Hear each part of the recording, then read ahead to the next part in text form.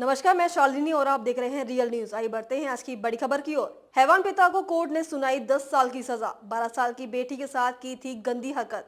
एक बार फिर से रिश्तों को शर्मसार करने वाला मामला सामने आया है।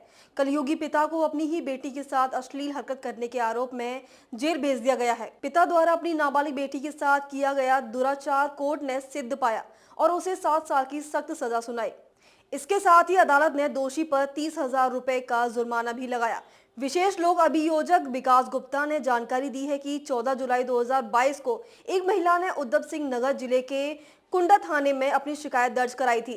महिला ने बताया कि उसकी 12 साल की बेटी रोज की तरह स्कूल जाने के लिए घर से निकलती थी, लेकिन जब महिला भी किसी काम से बाहर निकली तो देखा कि उसकी बेटी की साइकिल और स्कूल के बैग घर के बाहर पड़े हुए थे।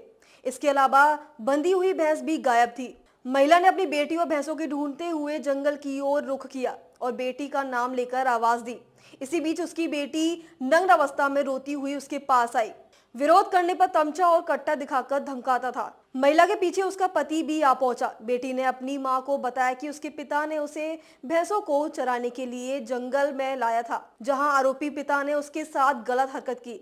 महिला ने बताया कि इससे पहले भी आरोपी कई बार ऐसी गंदी हरकतें कर चुका था। जब भी बेटी ने विरोध करने की कोशिश की तो आरोपी उसे तमंचा और कट्टा दिखाकर धमकाता था और कहता था कि अगर किसी को इसके बारे में बताया तो वह उसे और उसके परिवार को जान से मार देगा। इस डर के कारण बेटी चुपचाप यह सब सहती रही। 7 साल का कठोर कारावास और 30,000 जुर्माना। महिला की तहरीर पर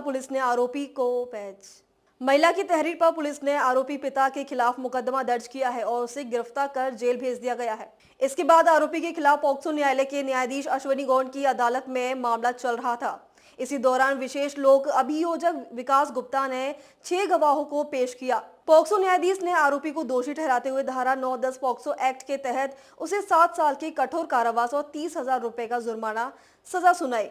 साथ ही धारा 506 आईपीसी के तहत 2 साल के कठोर कारावास की सजा भी दी है। न्यायाधीश ने यह भी कहा कि जुर्माने की राशि पीड़िता को दी जाएगी। न्यायाधीश के साथ ही राज्य सरकार को आदेश दिया कि पीड़िता को 50,000 रुपए की राशि क्षतिपूर्ण रूप में दी जाए। अब तक के लिए बस इतना ही। फिर होगी आपसे मुलाकात, तब तक के लिए नमस्कार और देखते रहिए रियल न्यूज।